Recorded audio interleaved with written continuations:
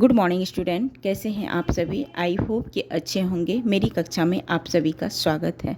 Student, अब तक हम लोगों ने जान लिया कि कर्तृवाच्य यानी एक्टिव वॉइस और कर्मवाच्य पैसिव वॉइस भाववाच्य किसे कहते हैं।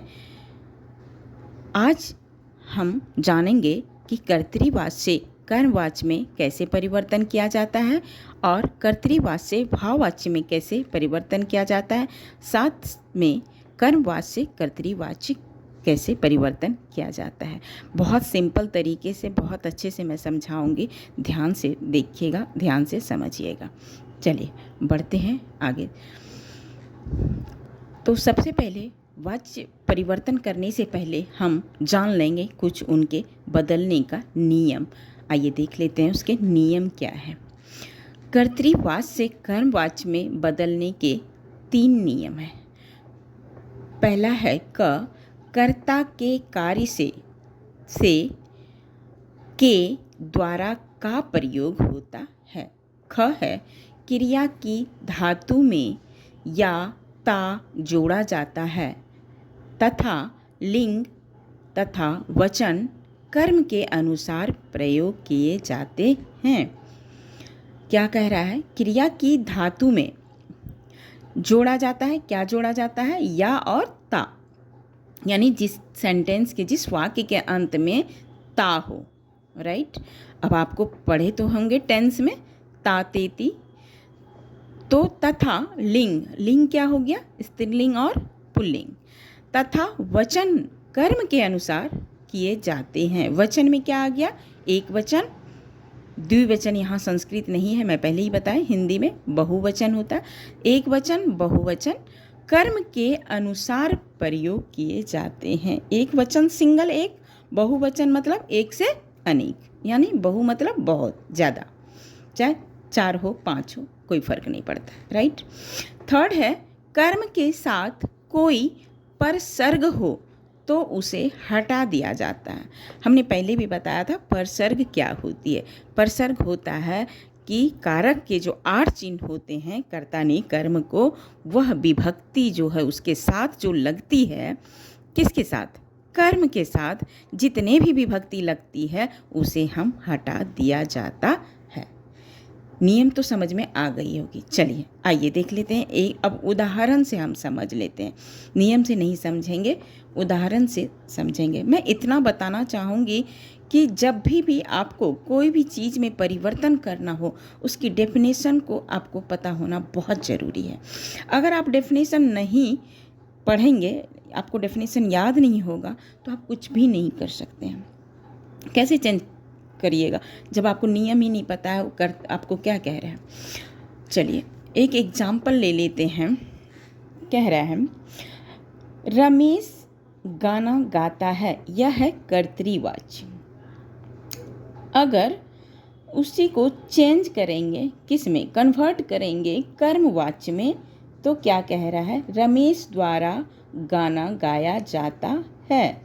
अब कर्तृवाच्य कह रहा है रमेश गाना गाता है। अब हम उसकी डेफिनेशन को अगर देखते हैं कि हमें कर्तृवाच्य कह क्या रहा है। मैं नहीं कह रही हूँ, ये कर्तृवाच्य की परिभाषा कह रहा है कि कर्तृवाच्य में क्रिया का संबंध कर्ता के साथ होता है, लेकिन क्रिया का लिंग और वचन भी कर्ता के ही अनुसार होता है। अब मैं आपसे एक सवाल पूछना चाहती हूँ कि कर्ता क्या है? What is subject? आप इंग्लिश में पढ़ते हैं सब्जेक्ट प्लस वर्ब, तब जाके ऑब्जेक्ट पढ़ते हैं कि नहीं? ऐसा तो नहीं पढ़ते हैं subject plus object plus verb, है ना? तो सब्जेक्ट क्या हुआ हिंदी में? कर्ता। कर्ता किसे कहते हैं? जो काम करे, कर्ता कहते। हम पढ़ा रहे हैं, हम क्या कहें? पढ़ा कौन रहे हैं? मैं पढ़ा रही हूँ, तो मैं क्या हो गई? कर्ता, है ना? और पढ़ाना क्या हो गया हमारा? कर्म हो गया, है ना? हम पढ़ा रहे हैं ना, हम कर्म हो गए। तो डेफिनेशन कहता है क्रिया का सीधा संबंध कर्ता के साथ होता है, यानी हमारा जो हम पढ़ा रहे हैं और मेरे नाम से, मैं कौन पढ़ा रही हूँ, मेरे नाम से संबंध हो रहा है ना कि। लेकिन क्या कह रहा है? क्रिया का लिंग, क्या मैं पुल्लिंग हूँ? नहीं, मैं एक स्त्रीलिंग हूँ। हम लेडीज़ हैं तो स्त्रीलिंग है। अगर कोई जेंट्स पढ़ा रहा होता, कोई पुरुष पढ़ा रहा होता, तो कोई सर पढ़ा रहे होते तो क्या होता, वहाँ पुरुष हो जाता। और वचन क्या हो गया, एक वचन। मैं सिंगल पढ़ा रही हूँ, कोई हमारे साथ और अगर टीचर होती तो वहाँ क्या हो जाती, वहाँ कर्ता के अनुसार नहीं होता। यही तो है कर्तरीवाची। आई समझ में बात? चलिए, अब रमेश गाना गाता है। अब रमेश क्या हो गया, सब्जेक्ट। गाना क्या हो गया, ऑब्जेक्ट। गाता कौन है, वर्ब। गाना काम क्या हो रही है, गाना क्या हो गया यहाँ, कर्म। और गाता कौन है, रमेश। कौन क्या इसमें जिसमें भी आ जाए उसे हम कर्तरीवाच्य कहते हैं। यानी सपोज रमेश क्या कर रहा है, गाना गाता है। रमेश क्या हो गया, सब्जेक्ट यानी कर्ता। गाता कौन है, रमेश। क्या कर रहा है, गाता है यानी गा रहा है। क्या गा रहा है, गाना गा रहा है ना। तो अब इसी को कर्मवाच्य में पढ़ेंगे। अब कर्मवाच्य की डेफिनेशन को देखेंगे तो जब क्रिया का सीधा संबंध कर्म से हो तो क्रिया कर्तरीवाच्य हो जाएगी, राइट। अब क्या कह रहा है, क्रिया का संबंध, क्रिया क्या हो गया यहाँ, गाता है। अब उसके कह रहा है सीधा संबंध कर्म से हो। क्या कर्म है इसमें, कर्म क्या हो गया, कर्म क्या होती है, कर्म को क्रिया से जो उसका फल पड़ता है।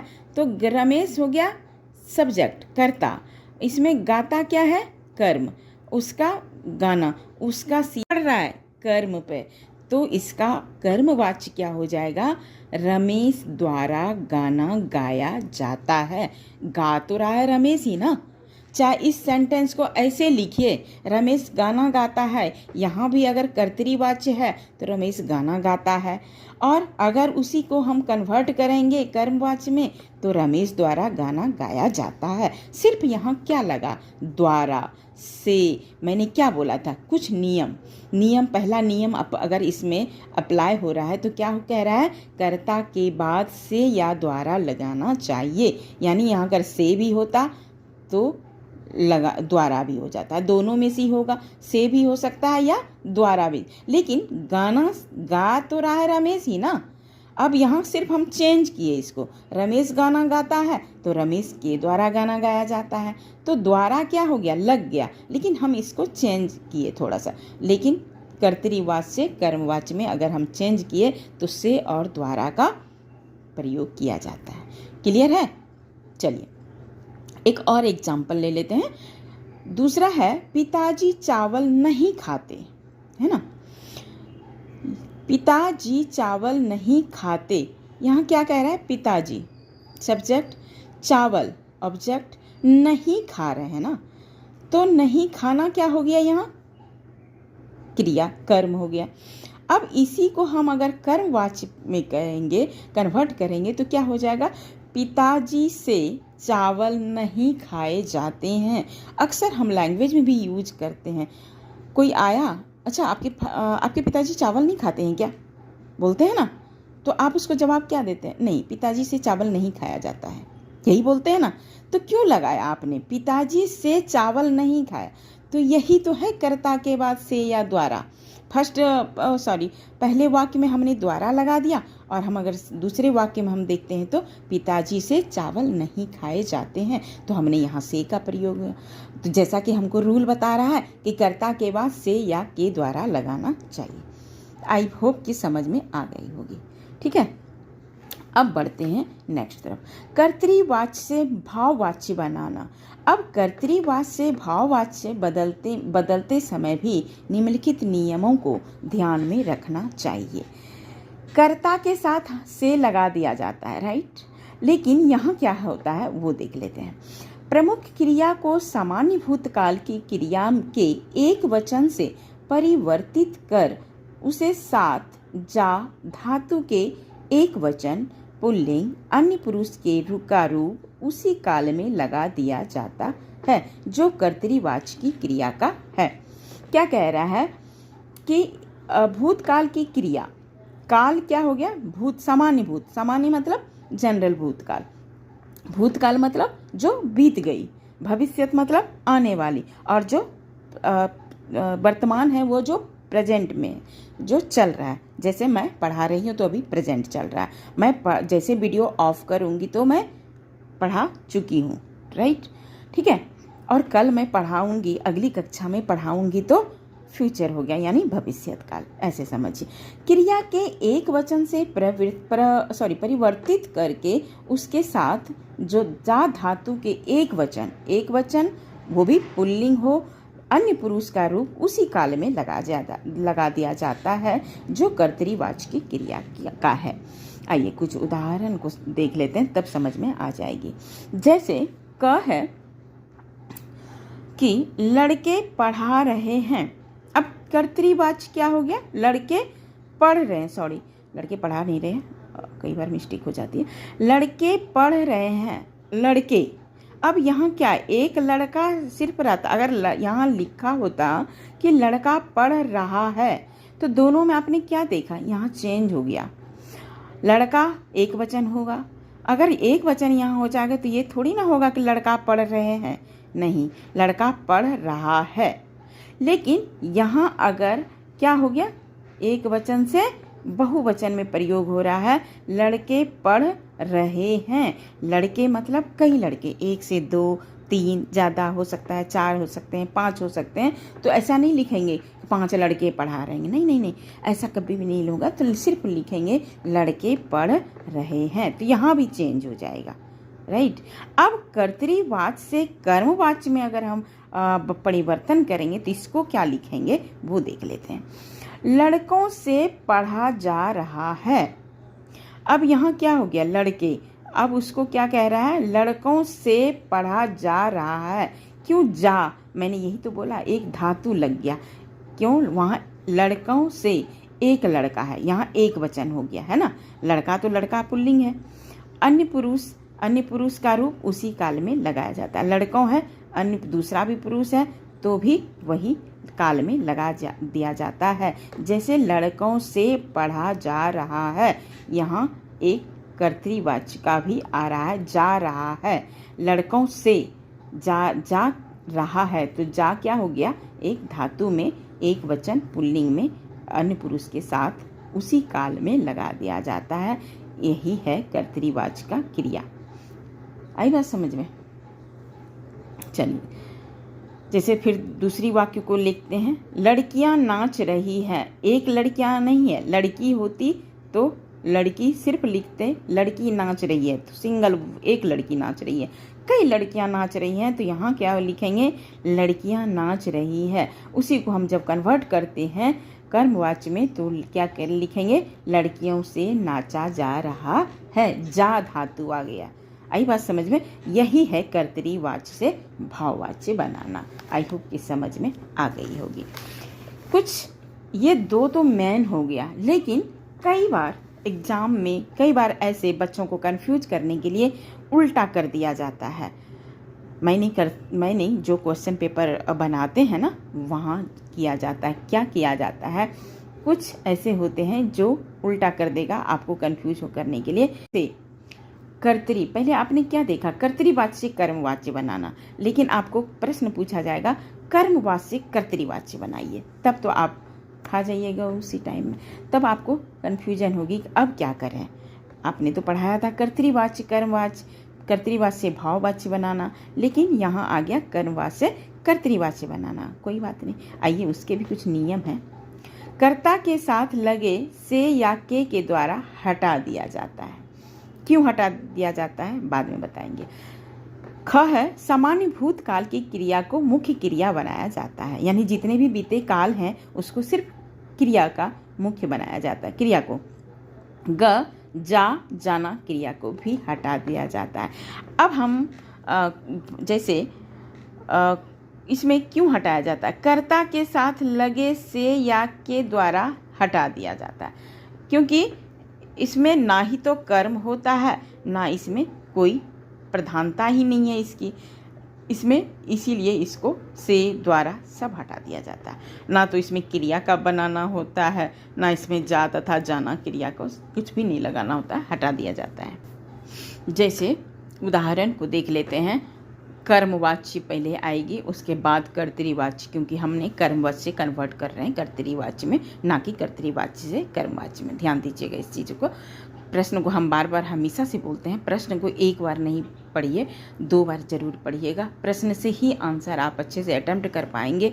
अगर प्रश्न ही आपको समझ में नहीं आया तो आप उल्टा सीधा लिख के आएंगे तो इससे आंसर नहीं मिलने वाला, मैं हमेशा से कहती हूँ। चलिए, कर्मवाच्य कर्तरीवाच्य को कैसे बदलेंगे। कर्मवाच्य में हमको प्रश्न को उल्टा कर दिया गया। हमने कर्तरीवाच्य से कर्मवाच्य में जब कन्वर्ट किए तो सीधा से उल्टा था, बड़ा था, और अब हो जाएगा बड़े से छोटा। कैसे, देख लीजिए।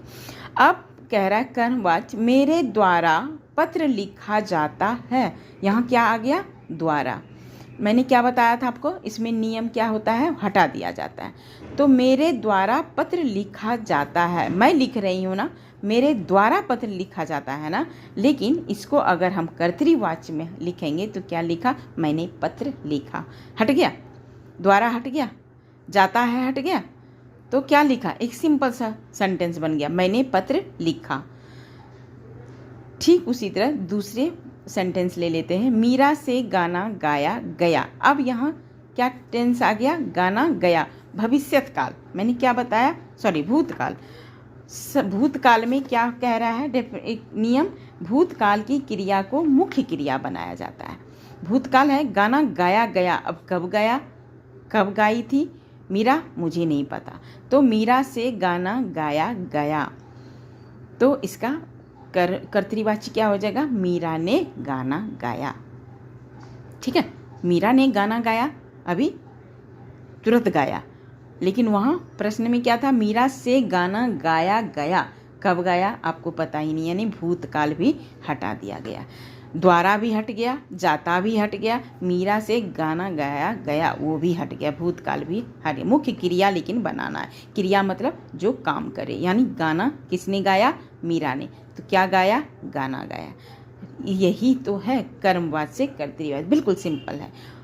ठीक है, तो चलिए, अब तक में हमने सीख लिया कि बहुत कैसे कर्तरीवाच्य से कर्मवाच्य में बदलना है, कर्मवाच्य से कर्तरीवाच्य में कैसे बदलना है, और कर्तरीवाच्य से भाववाच्य में कैसे परिवर्तन किया जाता है। बहुत इजी है, बहुत सिंपल। अगर इतना में भी आपको समझ में नहीं आए तो आप कमेंट्स में लिखिए कि इस चैप्टर को, जो भी चैप्टर हो, आपको जो समझ में नहीं आए आप इसे दोबारा समझा दीजिए, तो मैं आपके लिए हाजिर हूँ।